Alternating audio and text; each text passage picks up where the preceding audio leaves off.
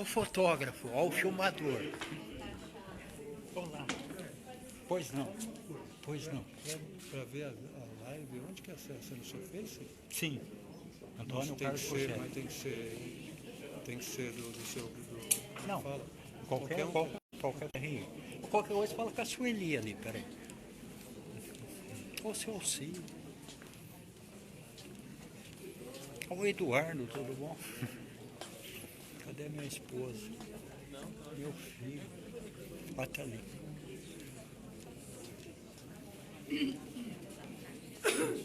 Olá, olá. Ô Flávio.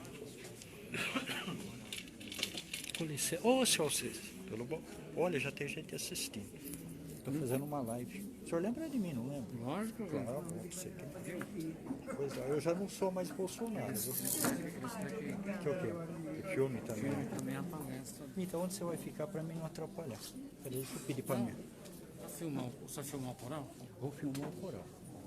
Só o coral? Só o coral. Então eu não vou filmar o coral. Então, filme o coral. Você Filma vai também? Filma tudo. Peraí, deixa eu achar um. Por favor. Isso aqui eu vou sentar. Ah, você vai sentar aqui, então peraí.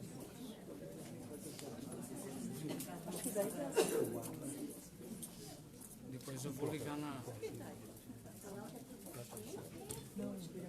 Minha sobrinha vem filmar. Peraí, eu vou levar lá da minha Depois eu esposa. ligo na energia.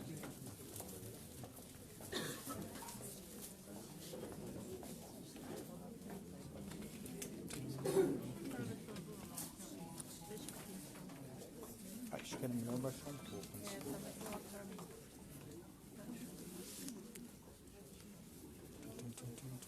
Isso acerta aí.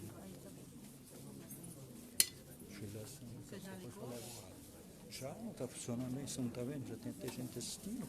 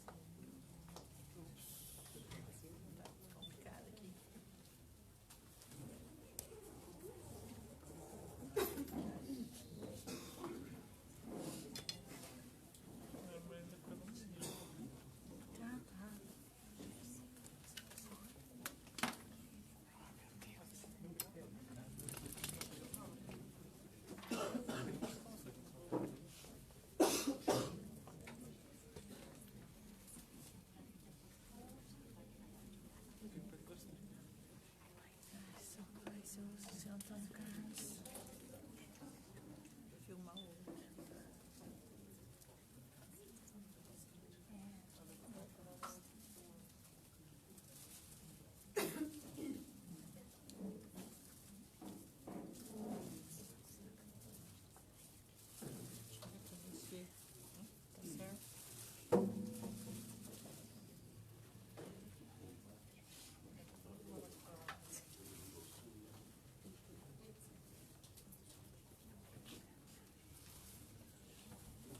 Pegando todo mundo.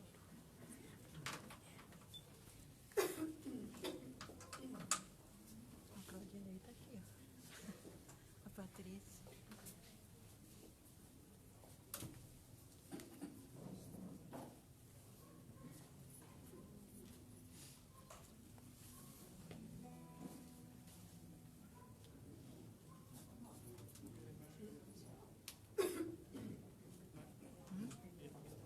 Então.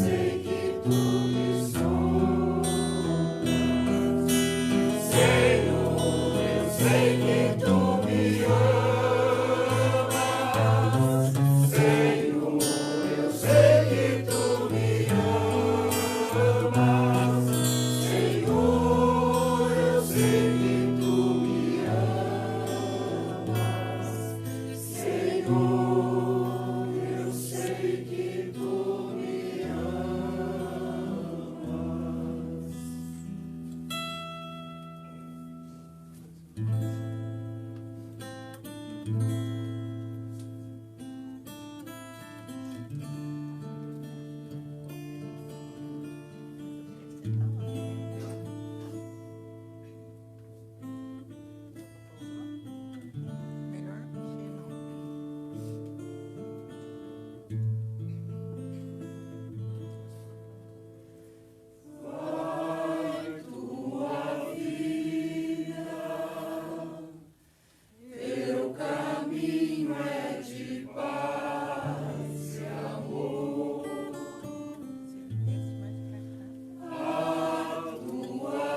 Serviço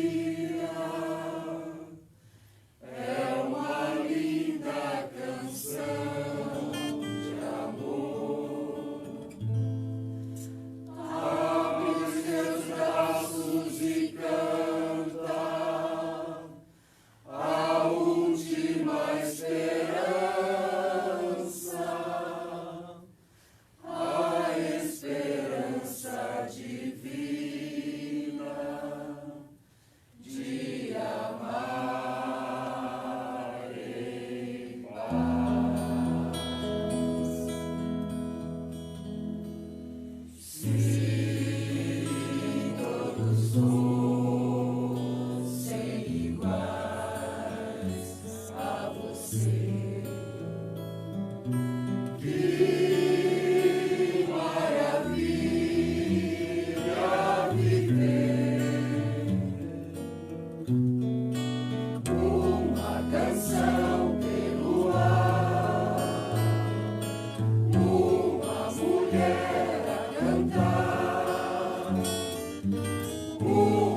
Cidade a cantar, a sorrir.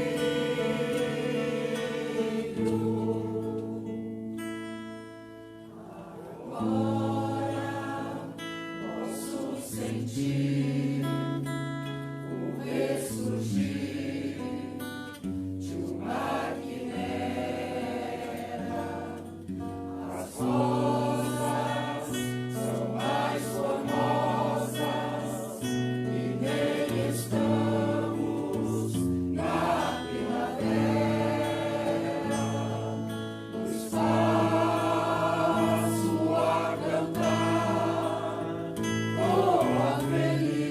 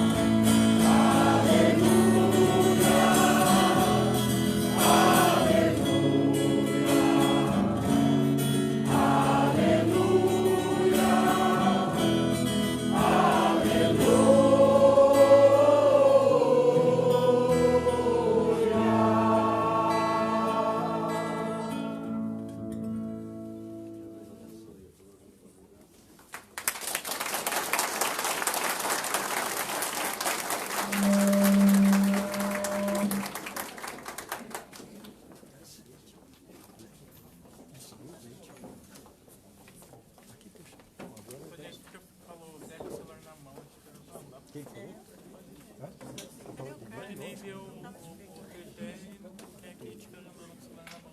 Essa blusa, deixa eu botar aqui. O cara tá errado.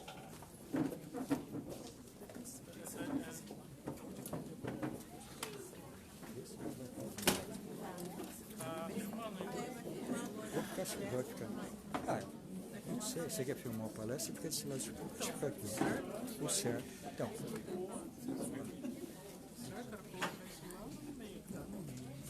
Isso aqui é foda. Porque toda vez que a gente coloca no canto, mas o quem meia lua. Então, no começo você não estava aparecendo. A Diego levou pra lá pra você aparecer. Não pegava, virava. Aí o cara dizia, pega o celular na mão e vai. Essa câmera ela parece que é um. Escolhi Ramos. Eu não sei se dá pra configurar. Ela tem Você viu que ficou tudo em inglês? Hã? Mas Ficou tudo em inglês? Ficou tudo em inglês. Mas. Ah, mas o Facebook fez essas coisas. Que é o mais justo? Esse O Josh saiu. Nossa, Maria Alessandra. Olha, Alessandra. Então ele falou ali. Eu vou pôr na tua baixa. Vai falando que eu estou escutando. Eu não sei se dá pra regular a câmera, porque ela tem 3 câmeras, então eu acho que dá pra abrir mais o foco. Porque ela fica mais fechada, eu tive que colocar aqui no canto, mas só pegava um pedaço de você. E a música de gosto.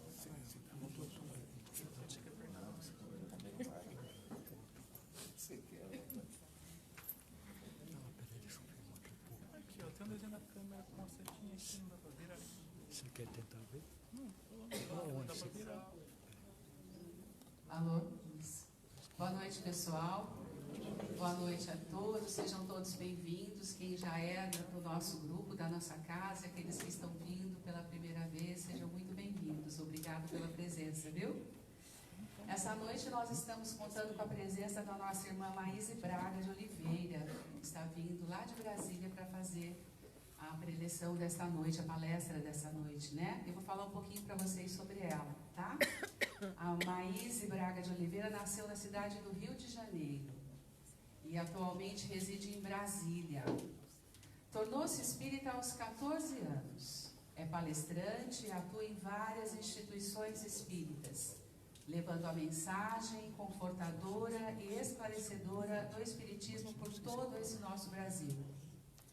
Tem 3 obras publicadas: Para Seu Coração, Acendendo Luzes e Da Depressão à Felicidade. Não exerce nenhum cargo em instituições espíritas, sendo atualmente trabalhadora e levando informações necessárias aos corações aflitos e sofredores, ou que buscam a luz da informação espírita.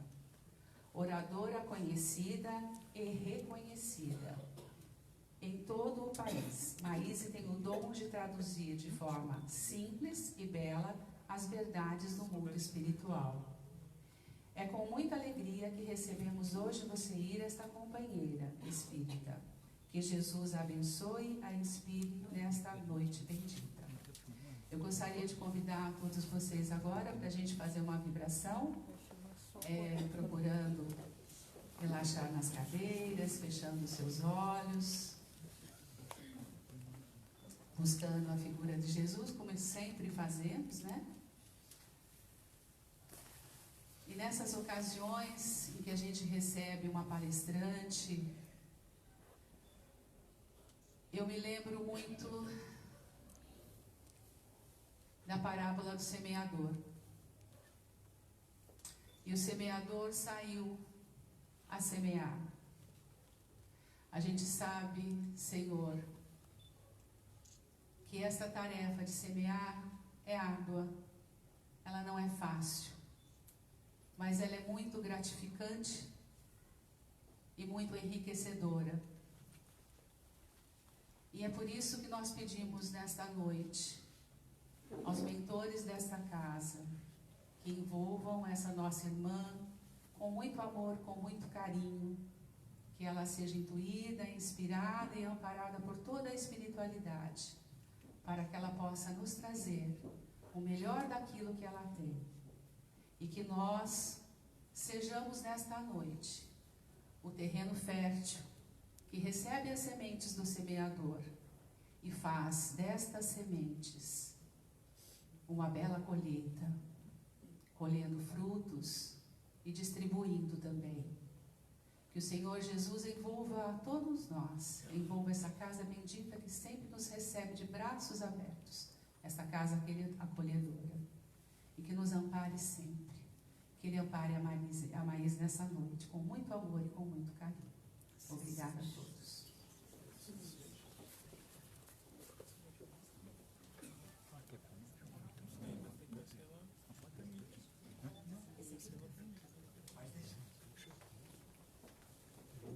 Amigos, sou Maís e fiquei surpresa de saber que eu era tudo isso que a Denise falou que eu era. Há 46 anos eu faço palestra, comecei aos 16 anos, esse ano faz 46 anos em dezembro, que eu fiz a primeira palestra achando que era só uma chuva. E os anos passam depressa demais e a tarefa permanece, porque, em verdade, nós estamos refazendo, com certeza todos nós, o passado, e essa doutrina que nos acolhe, que nos abençoa, tem ainda muito a nos ensinar.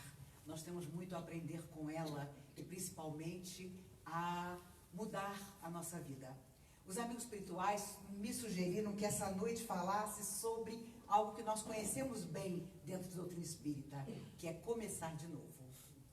Porque quando nos aproximamos da casa espírita, a primeira noção que temos é de que saímos da morte quantas vezes forem necessárias, da vida jamais saímos. E por isso o processo de vidas sucessivas nos abençoa e ainda está conosco. E os amigos espirituais têm dito que hoje a grande inveja que existe no mundo espiritual inferior é de nós que estamos encarnados ainda termos um corpo de carne e ainda podermos mudar o nosso destino. E eles lembram que há quem esteja construindo o céu na terra e há quem esteja vivendo um inferno sem precedentes, porque a nossa vontade é soberana.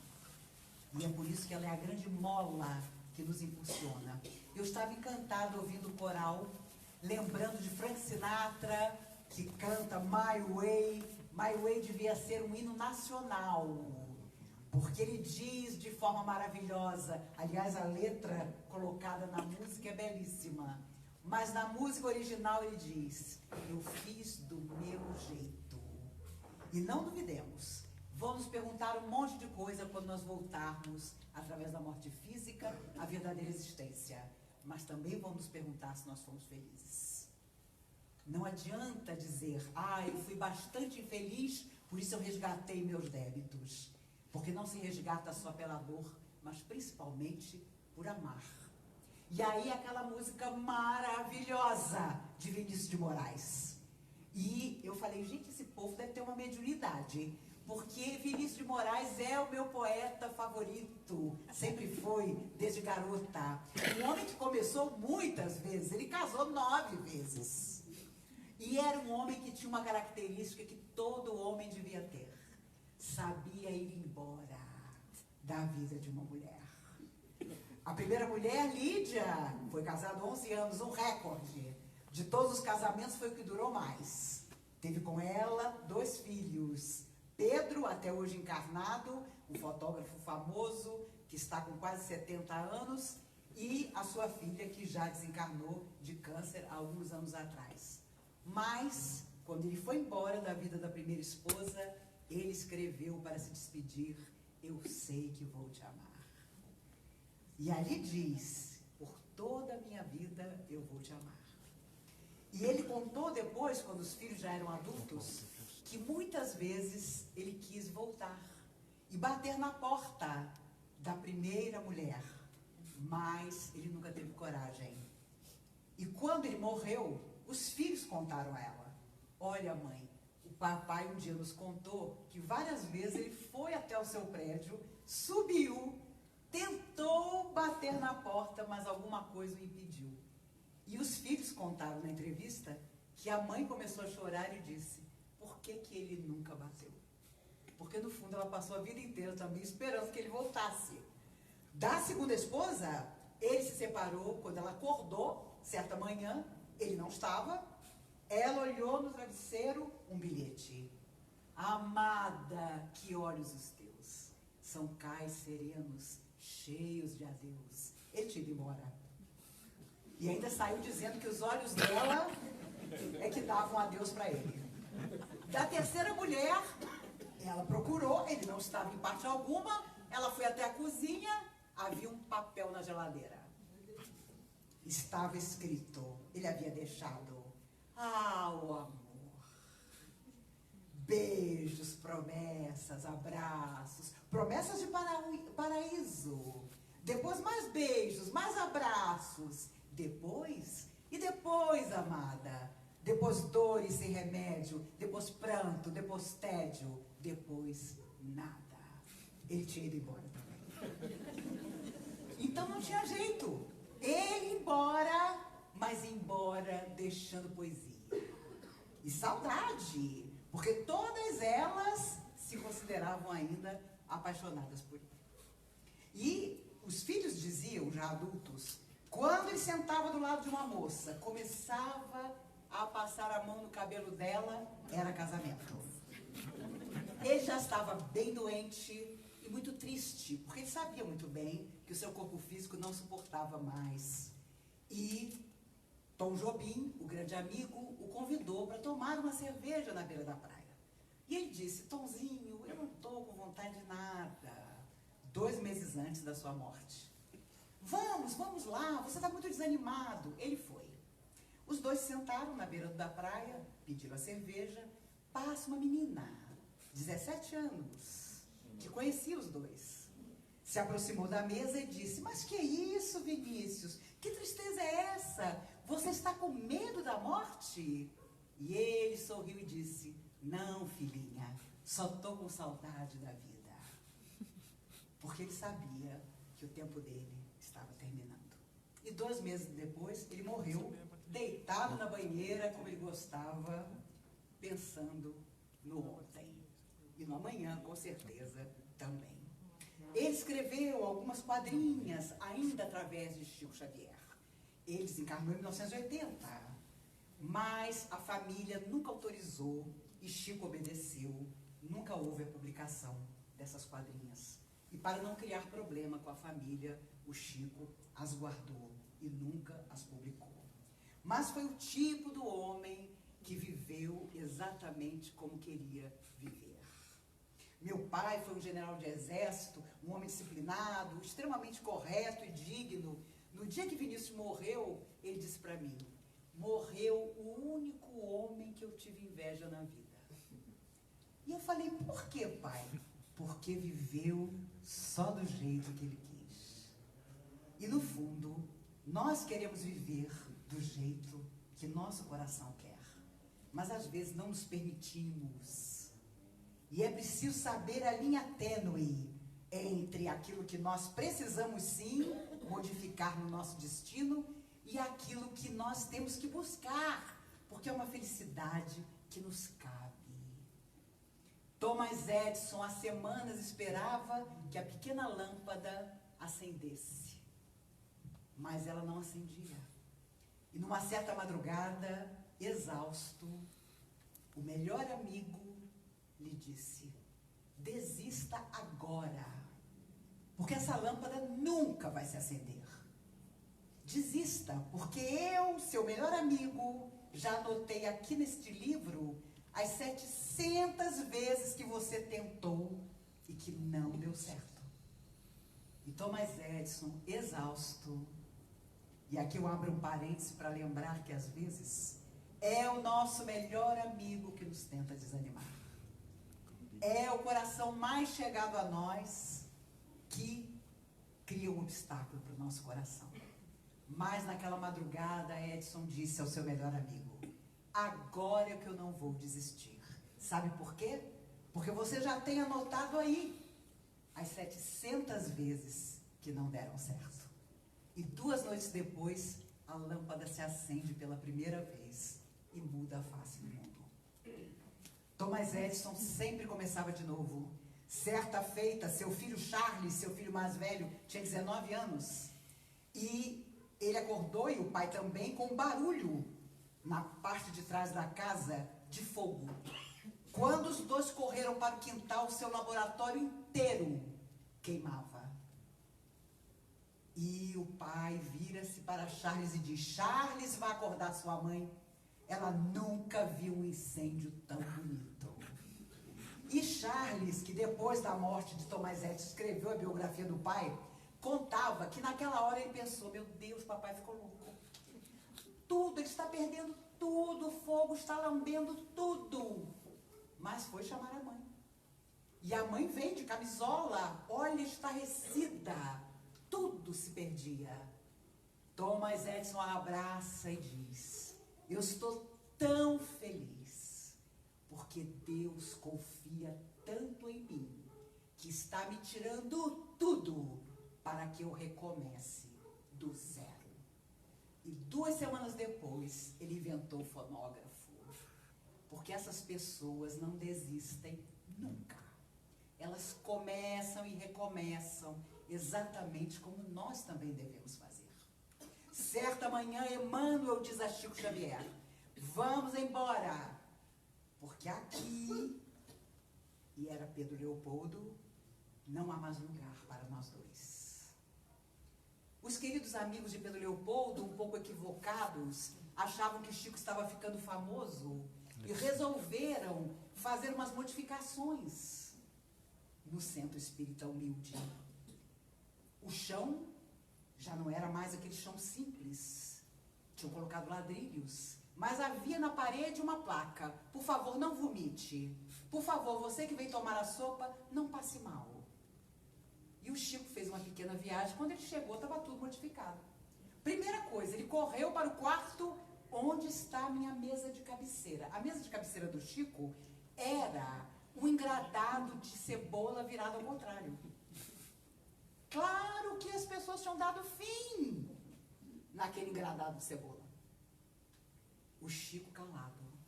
Mas na manhã, Emmanuel diz: vamos embora. E de manhã cedinho, alguém passou e viu o Chico com uma mala humilde no caminho, sabe-se lá de onde, no trem. E era o caminho para Uberaba. Esse ano fez 60 anos e eu fui a Uberaba para fazer a palestra comemorativa na Casa do Caminho, que Chico fundou. 60 anos, exatamente no dia em que ele havia chegado a Uberaba, 60 anos atrás. E é claro, a plateia iluminada e emocionada, e eu escolhendo as palavras, e ganhei de presente depois Palavras de Vida Eterna, um dos livros de mensagens mais extraordinários que ele psicografou, maravilhoso.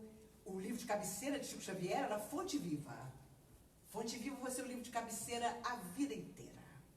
E Chico foi, sem dúvida nenhuma, alguém que começou de novo muitas e muitas vezes. Quantas vezes nós exigimos condições ideais para o trabalho no bem, alegamos motivos de saúde, dificuldades afetivas, solidão, para não realizar o trabalho em benefício do outro. Se Chico Xavier tivesse pensado em tudo isso, estaria louco e não teria feito absolutamente nada. Quando ele começou a psicografar Paulo Estevão, o seu chefe, o seu Joviano, autorizou que ele usasse o porão do local onde ele trabalhava para psicografar de madrugada em silêncio. Ele colocou uma pequena mesa, uma cadeira, levava o papel e os lápis, mas depois do primeiro capítulo psicografado, ele disse a Emmanuel: o senhor sabe, eu estou me sentindo um pouco sozinho, porque nesse porão de madrugada, essa solidão, esse silêncio. Emmanuel disse a ele: ah, você está se sentindo sozinho? Não tem problema, amanhã, quando você chegar, você terá companhia. Ele chegou na madrugada seguinte, havia um sapo imenso, descomunal, horroroso, cheio de verrugas, na frente dele. O sapo olhava para ele, ele olhava para o sapo. Emmanuel, sem dizer palavra, disse a ele: você não queria companhia? Pegou o braço de Chico e começou a psicografar os capítulos. 9 meses depois, exatamente quando o último capítulo foi psicografado, o sapo olhou para o Chico, atravessou a janela e nunca mais apareceu. E quando o Chico contava essa história, os amigos perguntavam: você nunca perguntou a Emmanuel se o sapo era um espírito sofredor ou era sapo mesmo? E o Chico dizia: nunca perguntei, porque uma companhia incrível nos 9 meses que nós ficamos juntos. E eu me lembrei do monte de gente que eu vi chegar aos longos dos anos nas casas espíritas com exigências. Eu só trabalho tal hora, eu só faço isso tal dia, eu só quero tal trabalho, eu não posso isso, eu não quero aquilo. E Chico Xavier, o médium por excelência, para psicografar essa obra-prima que é Paulo Estevão, teve durante 9 meses a companhia de um sapo. Na década de 60, ele viajou de avião e havia um cardeal italiano no avião. E o reconheceu e disse a ele: o senhor não é Francisco Cândido Xavier? O espírita? Sou eu mesmo. Eu queria contar ao senhor que a sua edição de Paulo Estevão é lida no Vaticano, porque a igreja pouco conhece sobre a vida de Paulo e nada conhece sobre a vida de Estevão, o primeiro que se sacrificou por amor a Jesus. E o seu livro é lido por todos nós, na edição em italiano. Eu acho que o senhor precisava saber disso. E é uma obra extraordinária, que devemos ler e reler. Há determinadas obras, como Memórias Suicida, essa obra magnífica, psicografada por Ivone Pereira, nunca foi tão atual como hoje, embora tenha sido psicografada em 27 e só lançada 30 anos depois, em 1957, porque ali está um mapa da espiritualidade sofredora. E nunca houve tanto suicídio no mundo como nos dias de hoje. A cada 99 minutos, 66 pessoas tiram a própria vida. Ano passado, em Brasília, foi um recorde de suicídios durante o ano. Desde crianças de 9 anos até idosos de 83. De todas as classes sociais, de todas as religiões. As pessoas estão fugindo da vida porque não têm coragem de recomeçar. Porque acham que Deus se esqueceu delas. E a doutrina espírita nunca foi tão importante como nos dias de hoje, porque ela nos fala dessa tranquilidade de quem tem muito mais do que a simples crença, de quem sabe. E todos nós sabemos. É preciso realmente mais do que ter fé, saber, ter a absoluta convicção, porque só ela pode nos tornar verdadeiros trabalhadores, incansáveis trabalhadores, equilibrados trabalhadores. Um casal procurou Chico Xavier certa feita, o filho tinha perdido as 2 pernas, o menino tinha 11 anos. E os médicos diziam que a doença progressiva agora atingia os braços. E era preciso amputar os braços, o menino já não tinha as 2 pernas. O menino ficaria só com o tronco. E os médicos alertaram, ele vai viver só alguns meses depois disso. Os pais desesperados foram procurar o Chico. E o Chico não sabia como confortá-los. Emmanuel aparece e diz: diga aos pais que os médicos estão certos, porque eles moram numa fazenda, e quando não estão em casa, o menino com os cotovelos se arrasta para jogar-se no rio que corre atrás da fazenda. Ele matou-se nas últimas 10 encarnações. Nesta vida, ele não pode matar-se novamente. Tirem-lhe os braços. E Chico contou a história. Os pais obedeceram aos médicos. O menino viveu mais 4 meses, mas pela primeira vez, em mais de 1000 anos, saiu da terra sem cometer suicídio. Muitas vezes nós não entendemos a dor do outro, mas se ela existe, é sempre lição.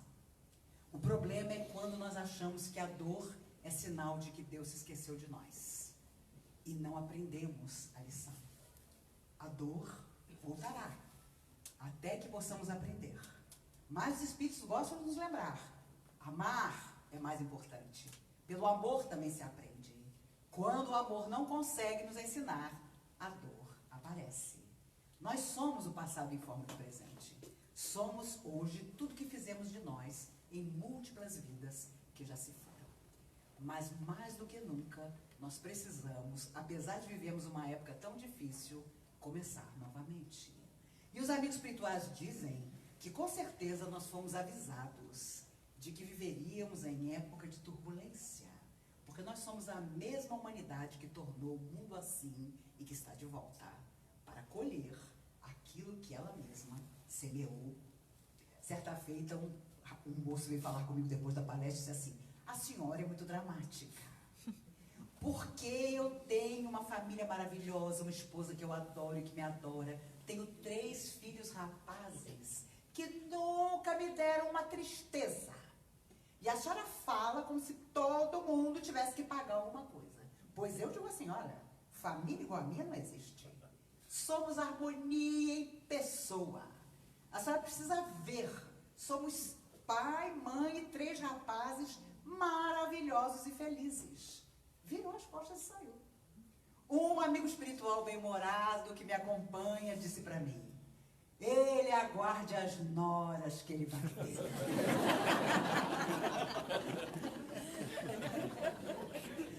Isso já tem uns 40 anos, nunca mais eu soube dele, mas nessa altura ele deve ter encontrado as noras, com certeza. Nós sempre temos o passado perto de nós. Felizes de nós se reconstruímos tudo da melhor maneira possível. Havia um homem em Uberaba esquisitíssimo. E quem de nós não conhece alguém esquisito? Aliás, eu tenho um monte de amigos esquisitos. Era um homem muito esquisito. Uberaba inteira comentava sobre ele, ninguém gostava dele, ele morava meio afastado. O Chico, todo sábado, ia lá na casa do homem, deixava um saco de mantimento para ele, batia na porta: meu amigo, seus mantimentos estão aqui, eu não me esqueço de você. O homem nem se dava ao trabalho de abrir a porta para agradecer ao Chico. A cidade inteira não gostava do homem. Um dia, de manhã cedo, Chico abrindo a porta do centro, alguém entra correndo: Chico, você não sabe quem morreu. Aquele esquisito, aquele que você todo sábado levava comida para ele nunca foi capaz de abrir a porta para te agradecer. O Chico estava varrendo o chão e disse: eu já sei que ele desencarnou. Você já sabe? Como, Chico? Eu sou o primeiro a correr na cidade para dar notícia? Emmanuel me contou. Emmanuel te contou que ele tinha morrido? É, Emmanuel me disse que já que ninguém gostava dele, o próprio Cristo veio buscá-lo. O Chico, de vez em quando, dizia umas coisas que ficavam como ensinamento para a vida inteira. Ele tinha um cachorro vira-lata, o Lorde, que ele adorava. O cachorro era tão gente que quando o Chico sentava na cama para orar, o cachorro botava as patas sobre a cama do Chico, abaixava a cabeça e rezava. Mas ele ficou velho e fazia xixi na casa inteira. 2 irmãs do Chico, ainda solteiras, não gostavam do cachorro. Um dia o Chico estava no trabalho, alguém correu: Chico, corre que o Lorde está morrendo. Corre lá que o Lorde está morrendo. Alguém deu veneno no Lorde. O Chico correu, chegou em casa, o cachorro só esperava ele chegar. Ele abraçou o cachorro olhou para ele, desencarnou. O Chico começou a chorar, adorava o cachorro, abraçou o cachorro. Aparece uma alma sofredora e ele diz: sabe quem envenenou o cachorro? Suas irmãs. Porque ele fazia xixi em toda parte e elas não gostavam dele. O Chico contava que foi um dos perdões mais difíceis que ele deu para alguém. Ele tinha um cachorro brinquinho, era um piquinês preto. O meu amigo Maurício era muito amigo do Chico, de vez em quando ia Uberaba. E uma vez o Chico mandou uma foto dele, Chico, de terno e gravata, no meio das roseiras do jardim, com um brinquinho no colo. Atrás, uma dedicatória que só Chico Xavier sabia fazer: Maurício, me perdoe, mas Brinquinho fez questão que eu saísse na foto com ele. Quando você tem o talento de ser uma alma que não só foi escolhida, mas se escolheu para o bem, você é exatamente assim. Uma semana antes de morrer, um jornalista americano perguntou à Madre Teresa para espicaçá-la: Madre, qual é a sua religião? O amor, meu filho. O amor é a minha religião. Ah, é? E qual é o Deus da sua religião, Madre? E ela, serena, respondeu: o outro, meu filho, o outro é o Deus da minha religião. E uma semana depois ela morreu porque não precisava aprender mais nada na Terra. O outro tinha sido a vida inteira a religião dela. Tudo isso não é por acaso. Nós vivemos sim em tempos dificílimos em que as pessoas não parecem estar no seu estado normal. Às vezes vivemos dramas ocultos em nossas vidas, que a máscara que temos para a sociedade nos faz esconder. Mas sempre existe, no último instante, a solução para as nossas lutas. Sempre existe na última hora o socorro inesperado, porque a espiritualidade superior sabe que nós precisamos continuar avançando na estrada do bem.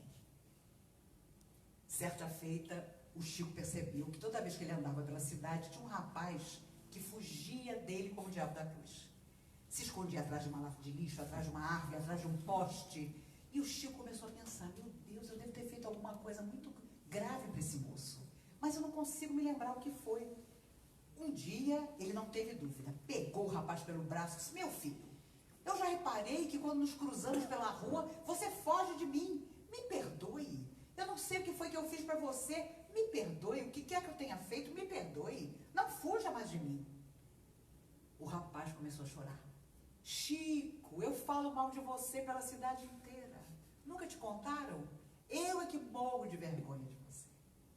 E o Chico, claro, foi pedir perdão, porque achava que ele é que estava devendo alguma coisa ao rapaz. Todas as vezes que uma prova nos surge, nunca é para a nossa derrota, mas na possibilidade do nosso aperfeiçoamento. Nós é que não sabemos encarar assim. Tinha um gato na rua do Chico que todo mundo detestava. O gato era tão terrível, desequilibrado, que corria atrás dos cachorros da rua. Um dia, obviamente, alguém resolveu dar fim no gato, envenenar o gato. E claro, o gato foi parar no jardim do Chico morrendo. Chico, aquele gato da rua, está morrendo no seu jardim. O Chico chegou, o gato estava desesperado. Tinham envenenado ele mesmo, ele estava numa dor horrível. O Chico olhou para ele e disse: é o seguinte, eu vou fazer um acordo com você. Eu vou te virar de cabeça para baixo, eu vou pedir aos espíritos para tirar esse veneno de você, mas você vai prometer para mim que você vai ser outro gato. O Chico virou ele de cabeça para baixo, claro, os espíritos amigos usando a energia do Chico, o gato botou até o espírito para fora, viveu mais 17 anos. E nunca saiu do jardim do Chico. Onde o Chico ia, lá ia o gato. O Chico adorava passarinho. Todo dia depois do café, pegava o miolo do pão, colocava na janela para que os passarinhos de Uberaba viessem comer na janela dele. Um dia o gato, não teve dúvida, pegou um filhotinho desavisado, olhou para o Chico e mastigava o filhotinho, olhando para o Chico.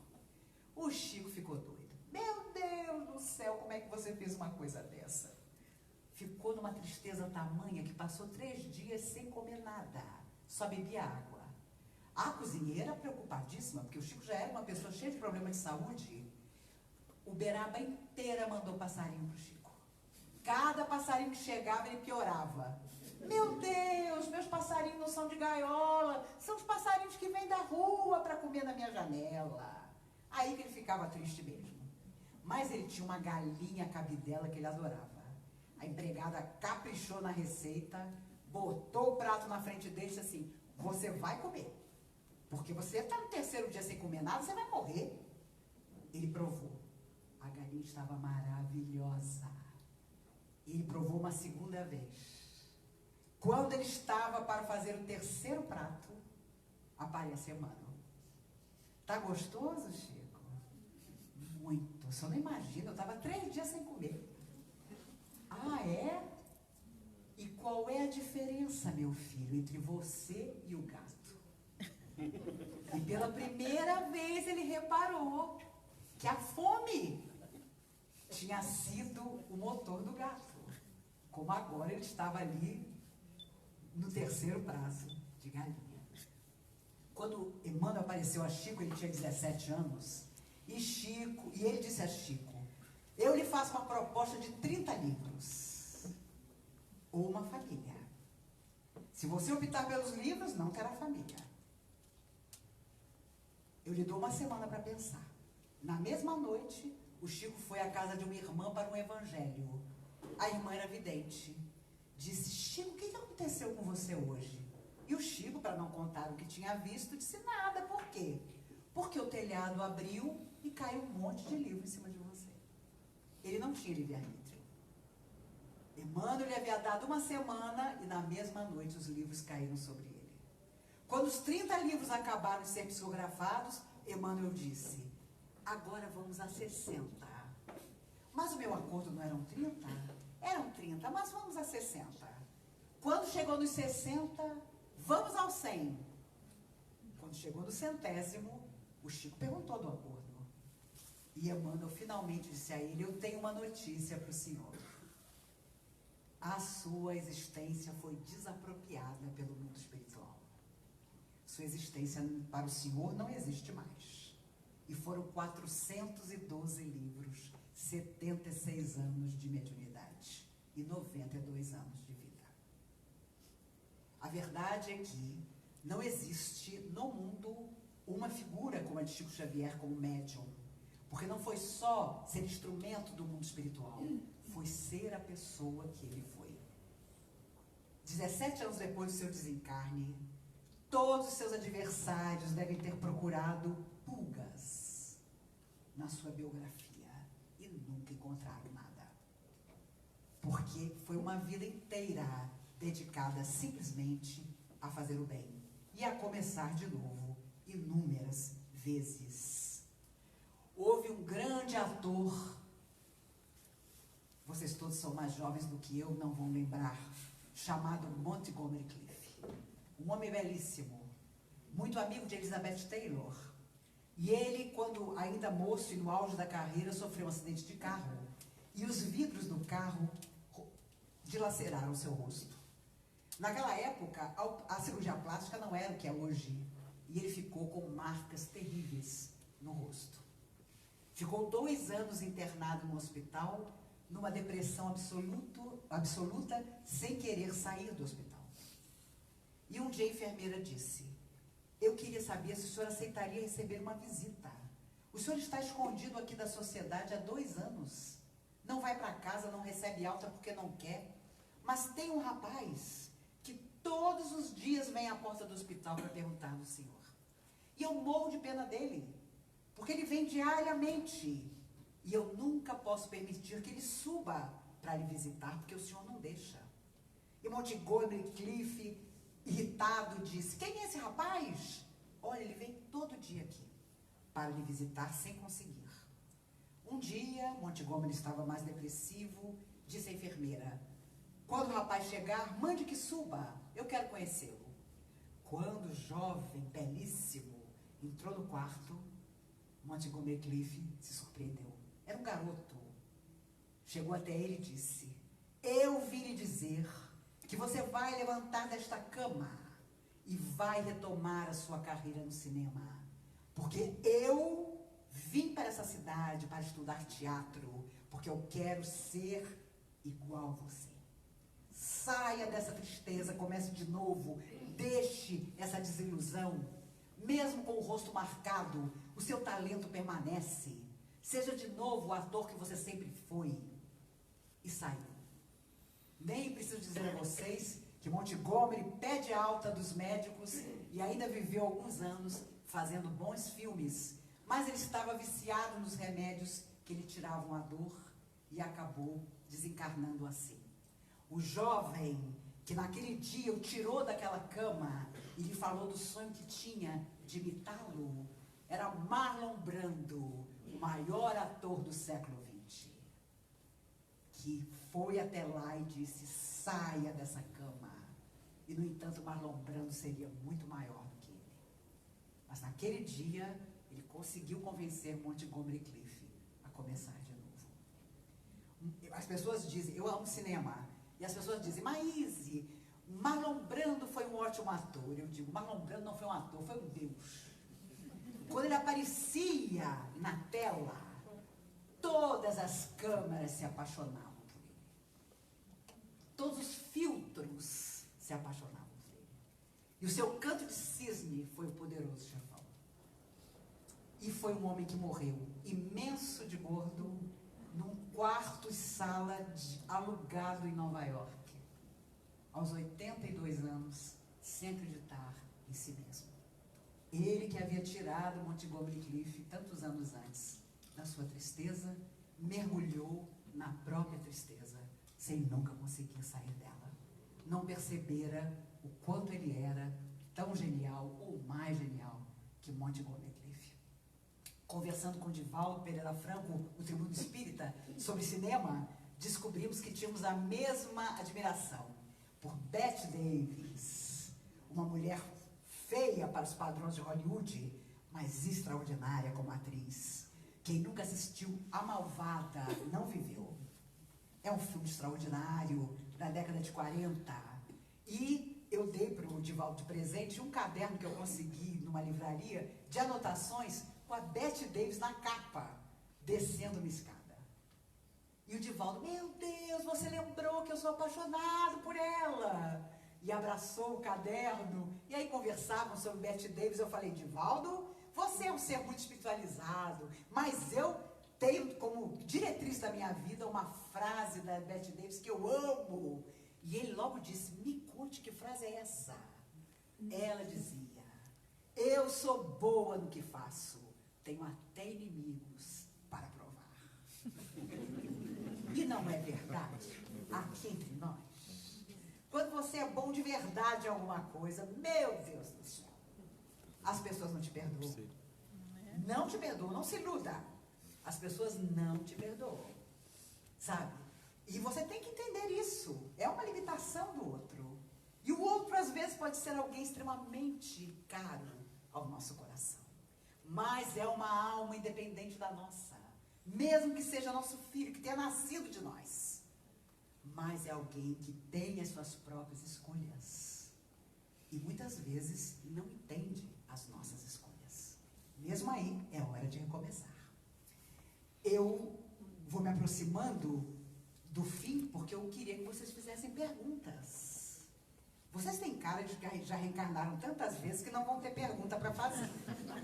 Mas eu gosto sempre de deixar um pouquinho. Falando de frase, me lembrei de uma que eu adoro, é um provérbio chinês, que diz, as árvores querem ficar quietas, mas o vento não deixa. Nós queremos muitas vezes ficar no nosso cantinho, mas os ventos da vida não vão deixar. Principalmente em tempos como os de agora. E pelo amor de Deus, nós não podemos viver nunca a síndrome do coitadinho. Jerônimo Mendonça, o gigante deitado, um homem tetraplégico, cego, correu o Brasil durante muitos anos, com os amigos carregando a cama dele. Ele chegava no centro espírita, fazia palestras belíssimas. Uma vez, se esvaindo em sangue, ele percebeu que ia morrer. Ele morava em Ituiutaba, em Minas. Ele disse aos amigos, me coloquem numa Kombi, eu estou morrendo, eu quero me despedir do Chico. Quando ele chegou no centro do Chico, entra aquela cama, os lençóis tinham sido trocados várias vezes durante a viagem, ele estava se esvaindo. Ele se aproximou, a cama colocada perto do Chico, a fila parou. Chico, eu vim me despedir que eu estou morrendo. Para a surpresa do Jerônimo, o Chico virou e disse assim, é mesmo, Jerônimo, você está morrendo mesmo. Ele quase desmaiou na própria cama. Meu Deus, está vendo? Falou para os amigos, eu estou morrendo mesmo, o Chico está dizendo que eu estou morrendo. Meu filho, disse o Chico, você está morrendo da pior doença que existe. Ora, ele não se movia do pescoço para baixo, era cego. Qual seria a doença? Você está morrendo da síndrome do coitadinho. Todo mundo que te vê nessa cama diz, coitadinho do Jerônimo. E você acredita. Coitadinho do Jerônimo é cego.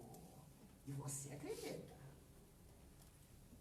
Jerônimo saiu dali jurando que nunca mais viveria a síndrome do coitadinho. E viveu fazendo palestra por mais 32 anos. Nossa. E olha, essa síndrome do coitadinho não é fácil. Porque as pessoas nos dizem que nós somos os coitadinhos e a gente acredita que é uma beleza. E aí você fica completamente paralisada, no cantinho, vivendo a síndrome do coitadinho.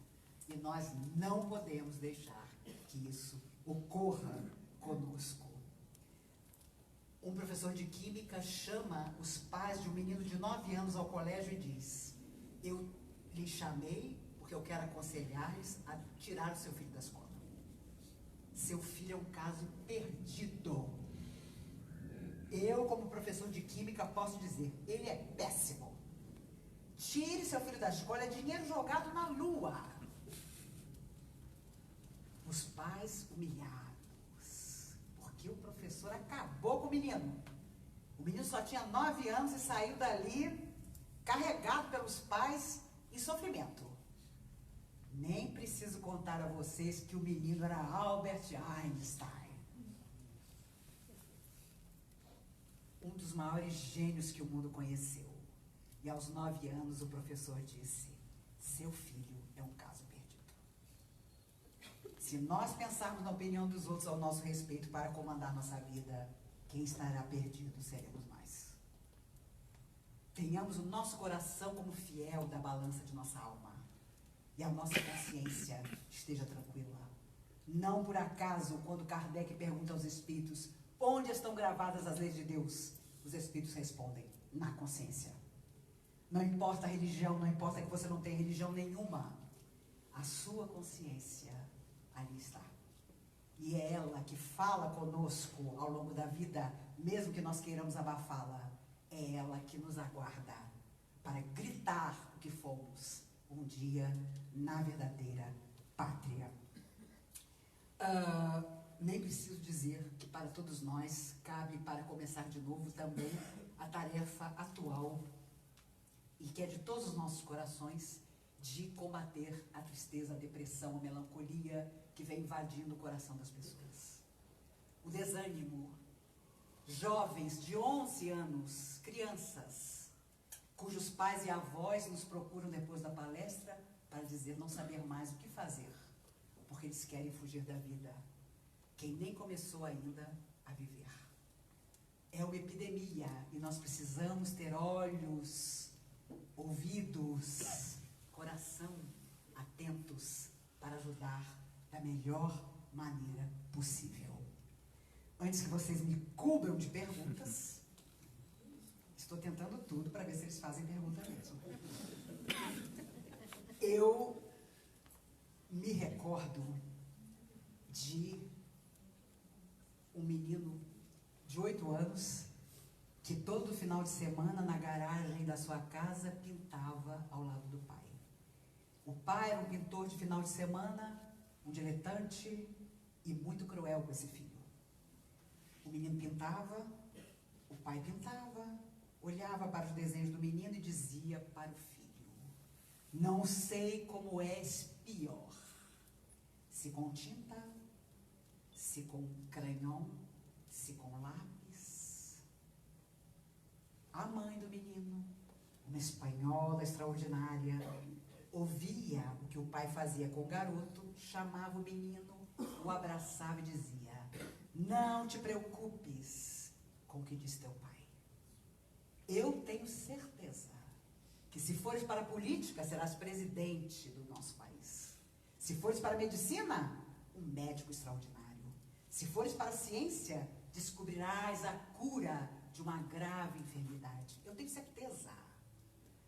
Muitos anos depois, saudoso da mãe na porta de sua casa, este ontem menino, hoje um idoso, falando aos repórteres, olhou para o infinito e disse: eu quis apenas pintar e me tornei Pablo Picasso. O maior pintor do século XX tinha um pai horroroso que o massacrava. Não sei como és pior. Porque no fundo via que aos 8 anos o filho tinha muito mais talento do que ele. E a autoestima de Picasso tornou-se tão impressionante que cada mulher que o deixava, elas iam embora de mala pela rua e ele corria atrás dela dizendo: mas você vai me deixar? Ninguém deixa Picasso. E duas se suicidaram depois de tê-lo deixado.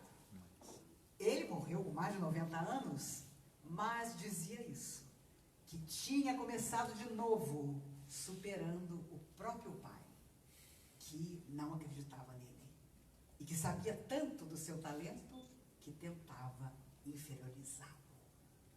Por isso, Alta de Souza, através de Chico Xavier, dizia: embora desiludida, alma cansada e sincera, por muito te dou a vida, não desanimes, espera. Que nós possamos esperar, trabalhando, servindo, até doer, porque tanta gente tem surgido nas casas espíritas, porque as casas espíritas vão atrair cada vez mais gente, porque elas explicam a dor, mas se não há compromisso com o bem, não adianta nada, porque você vai simplesmente se beneficiar e depois vai embora. Feliz daquele que se beneficia, que aprende, que sabe e que trabalha. E não duvidemos, as coisas não vão melhorar, elas vão, como dizem os espíritos, piorar para melhorar depois. Então, não vivamos de ilusão. Vamos pedir que as forças do bem que protegem o universo estejam conosco nas nossas horas difíceis, que nas horas felizes nós possamos alimentar nossa alma eterna para os dias que virão. Um dia, eu tenho certeza absoluta, que a maior de todas as alegrias nós viveremos. Alguém virá nos buscar e dirá para nós: bem-vindo, amigo, o mundo ficou um pouco melhor porque você viveu nele. É o que eu desejo para todos nós nessa noite. Eu vim a Campinas pela primeira vez para falar amanhã no Hospital da Luz, mas eu disse aos meus queridos amigos: pelo amor de Deus, só uma palestra não. Me arranjem um lugar para eu falar.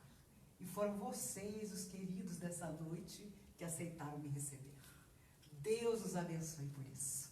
Que possamos nos ver outras vezes. E eu tenho certeza absoluta que a próxima vez que nos encontrarmos, tanto eu como vocês estaremos ainda melhores do que nós estamos hoje.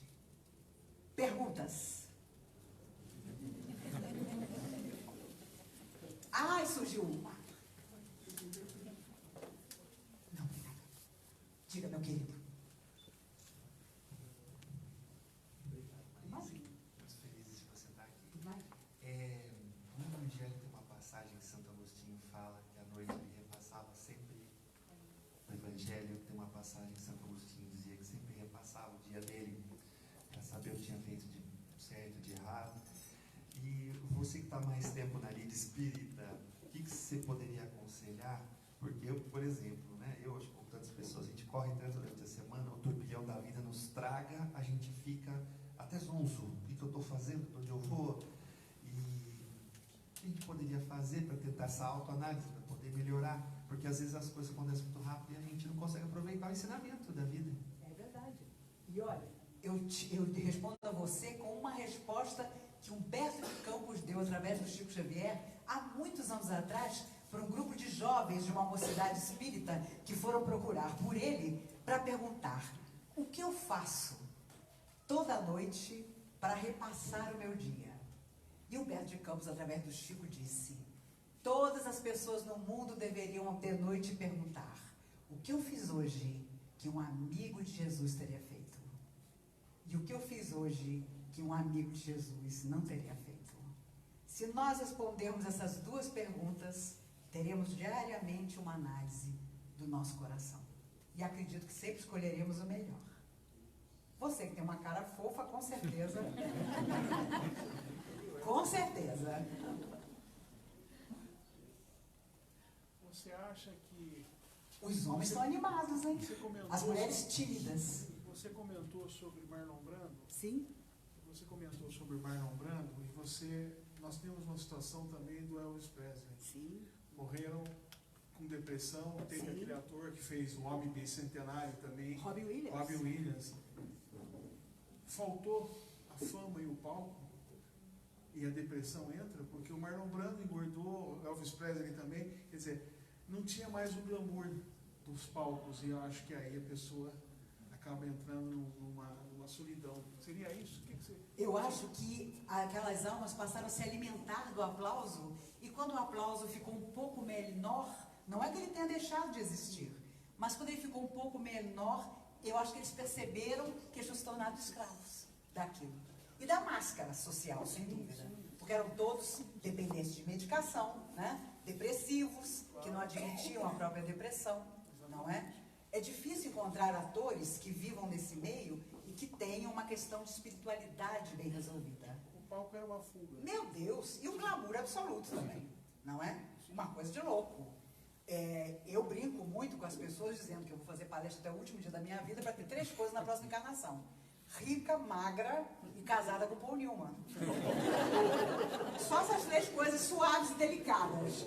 Então, se eu morrer de tarde, ainda faço uma palestra de manhã, que é para chegar do lado de lá e pedir essas 3 coisas simples. Mas por que Paul Newman? Porque ele perdeu o filho mais velho num hotel de 5ª categoria em Nova York por uma overdose.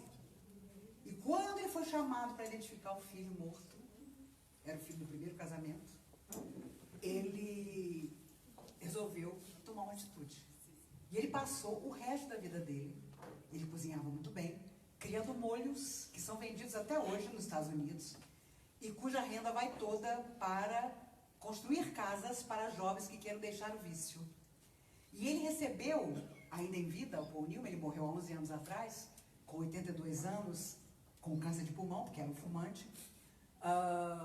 Ele recebeu o prêmio Irving Talbot, só dado em Hollywood a quem faz o bem de verdade. E Jack Nicholson, um ator magnífico, fez questão de entregar o prêmio.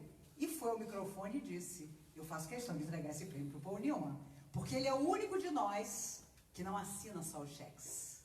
Ele vai no final de semana, sobe na escada, pega prego e madeira e constrói as casas.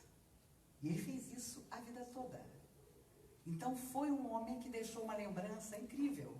Outro dia me contaram que a esposa dele, Joane, 88 anos, vive triste em casa, porque você imagina você ser casada com aquele homem a vida inteira e quererem que você fique bem depois que o cara desencarna.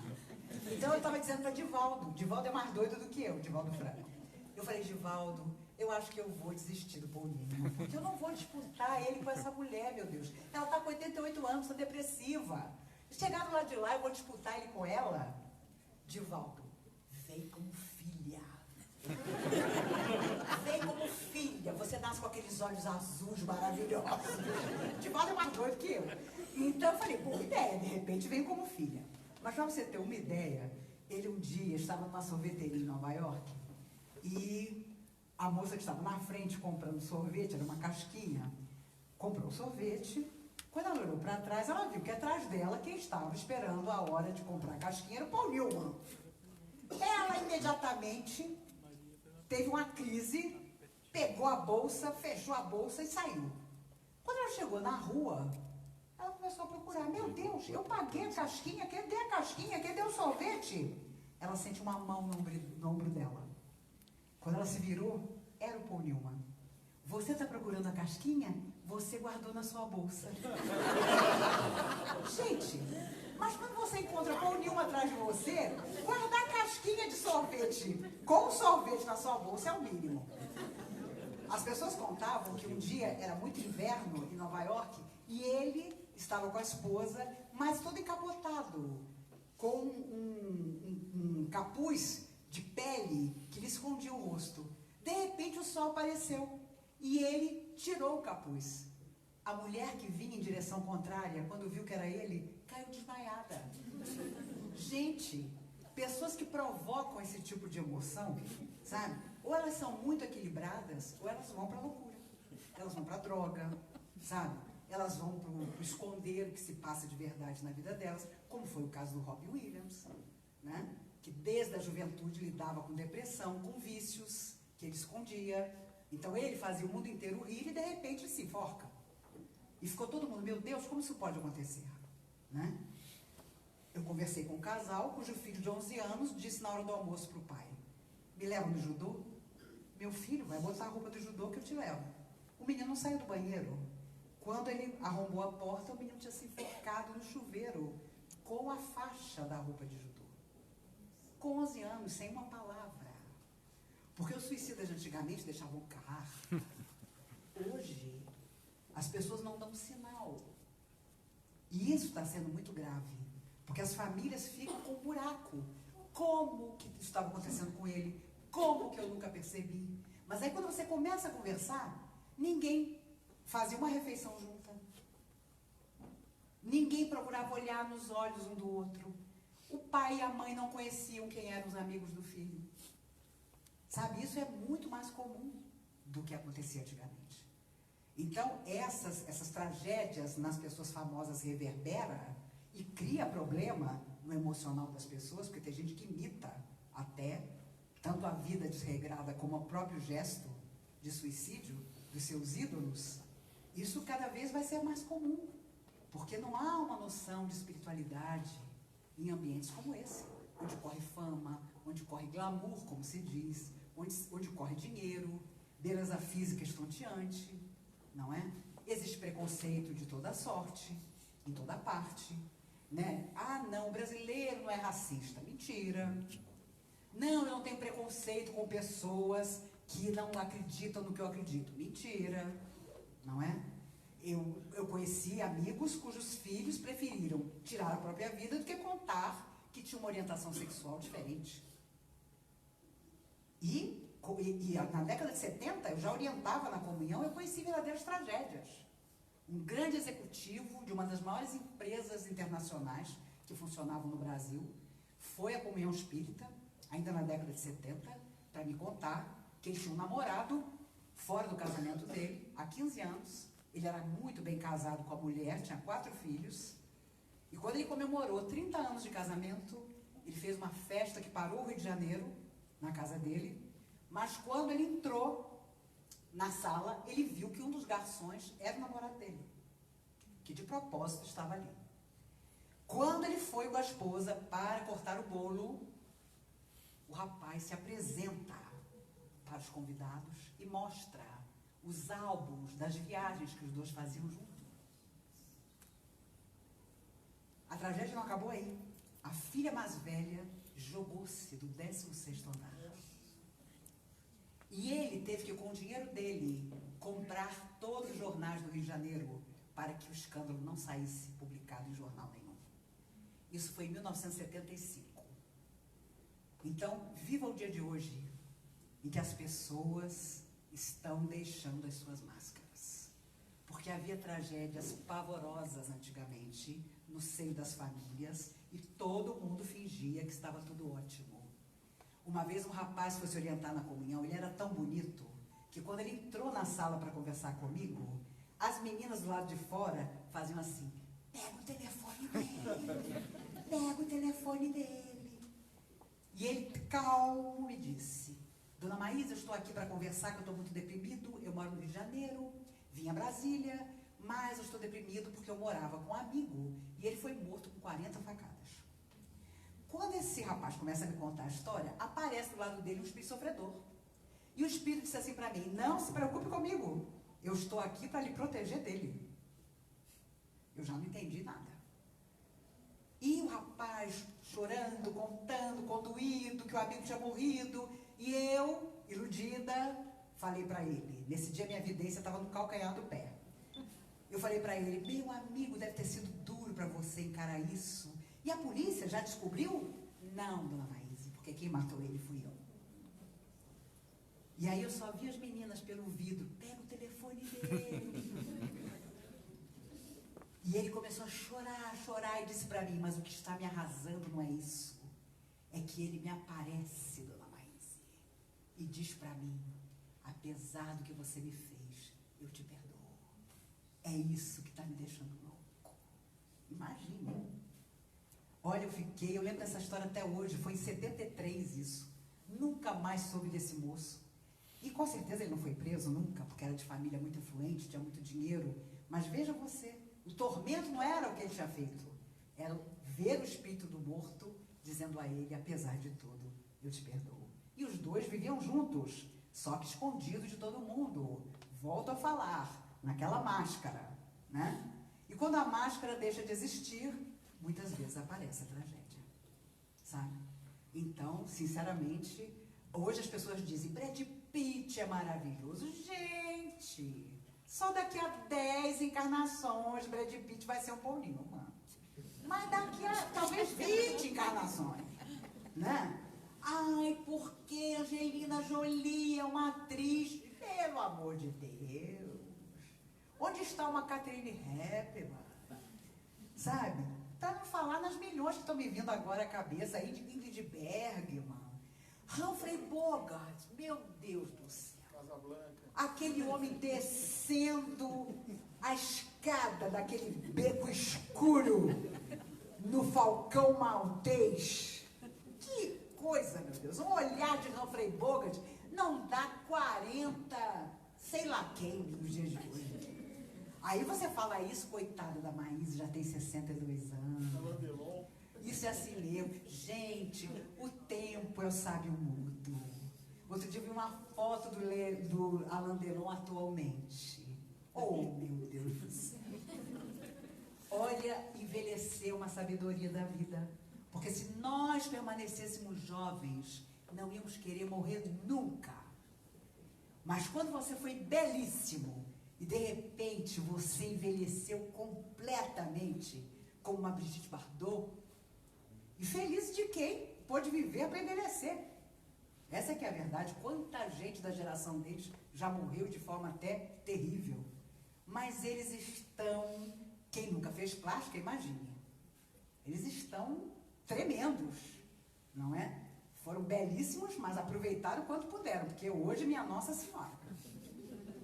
Então, felizes de nós, que ainda nos olhamos no espelho e ainda podemos saber que o corpo sabiamente envelhece. Você anda mais devagar, você escuta mais devagar, você enxerga menos.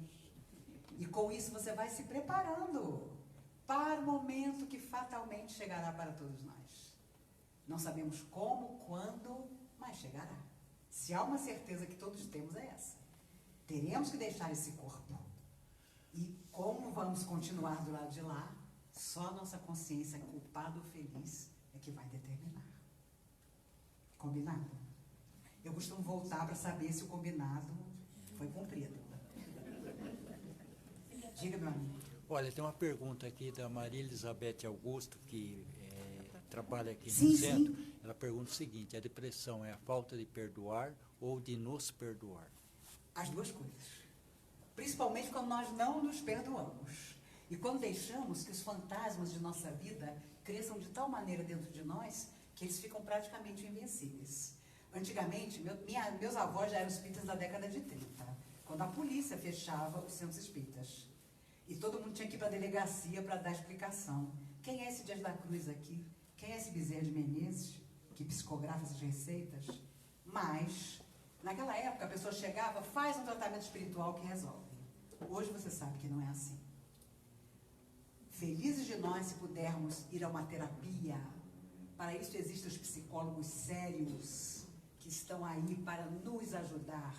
Não adianta dizer, eu me resolvo. Quase ninguém se resolve. E devia haver uma lei no mundo. Todo mundo, pelo menos uma vez na vida, tem que fazer terapia. Porque não adianta conversar com parente, fazer do próprio filho o seu confidente. Nunca façamos isso. Vamos ao especialista. Seja um analista do comportamento, seja um lacaniano, um freudiano, não importa. Vamos em busca de nós mesmos. Porque a coisa que mais acontece no mundo espiritual é a terapia. Que os próprios suicidas fazem com os nossos irmãos hindus no mundo espiritual. Você tem que botar para baixo todas as suas verdades e começar de novo de verdade. E a terapia é fantástica do lado de lá, mas ela existe do lado de cá também. E há pessoas que por um determinado tempo precisam do remédio. Porque quando Tico e Teco não se juntam na nossa cabeça, um remédio por algum tempo é necessário. Dr. Bezerra de Menezes diz que o calmante mais vendido no mundo foi trazido do mundo espiritual para cá. O problema é o abuso que o homem faz. Toma para dormir, toma para acordar, toma para sorrir, toma para chorar. Mas ele existe para a nossa hora difícil. Foi-se o tempo em que, meu Deus, psicólogo é coisa de doido. De jeito nenhum. E não há tratamento espiritual dentro da casa espírita que resolva o seu coração. Se você tiver questões emocionais, de relacionamento familiar, com seu próprio coração, que não há passe que resolva. Mas uma boa terapia com um profissional competente, com certeza resolve. E olha, para você ter uma ideia, contando aqui, encerrando, quando minha filha tinha 9 anos, o Chico sempre dizia, traz ela aqui para eu conhecer ela, porque quando eu estava grávida, ele contou que eu ia ter uma menina, que seria minha única filha, uma amiga que voltava para junto de mim. Quando ela fez 9 anos, eu tinha uma palestra em Uberaba e a levei comigo. Quando nós entramos, o Chico de cara perguntou para ela, Mariana, diz uma coisa que você não gosta no espiritismo. Ela quase morreu. Chico, uma coisa que eu não gosto no espiritismo? Diz pro vovô uma coisa que você não gosta. Eu detesto, porque todo mundo diz que eu vou fazer palestra igual a minha mãe, e eu não quero. E aí o Chico disse a ela, você acha que vão acreditar no que eu te disser? Claro, você é o Chico. Ela toda esperitada. Pois diga às pessoas que você tem uma tarefa, mas a tarefa da sua mãe você não tem. A tarefa é dela. Você tem uma tarefa na profissão que um dia você vai escolher. E você vai ajudar muita gente também. Ela é psicóloga clínica, especializada em análise do comportamento. E você não duvide, de vez em quando ela me diz, chegou um cliente lá que com certeza foi mandado pelos espíritos. Embora ela não se afirme espírita. Mas naquele dia eu disse a ela, a sua tarefa está na profissão que um dia você vai escolher. Detalhe, com 9 anos ela nem imaginava o que ela seria. Então, existe sim, na nossa profissão, principalmente ligadas à área de saúde, uma grande tarefa, que nós precisamos olhar com a maior seriedade. E não adianta chegar na casa espírita, fazer milhões de coisas lá dentro, se o nosso coração não está conosco. De nada valerá. Feliz de nós se o nosso coração, onde quer que estejamos, seja quem atue através de nós. Combinado por último? Meu Deus, não sei como vocês não me expulsaram. Agradeço demais o carinho, meus amigos. Vocês aplaudem!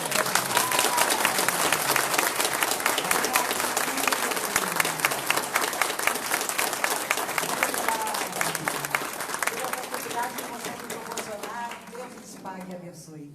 Que suas vidas sejam de luz, porque nossas estradas são de luz, com certeza. Nós é que nos esquecemos disso muitas vezes. Não é? Eu nunca tive celular nem computador, mas podem me filmar, podem tirar foto, guardem com carinho com vocês. Combinado? Obrigada, queridos. Oh, meu Deus, obrigada, meu amigo, pelo seu abraço. Deixa eu passar aqui para encerrar.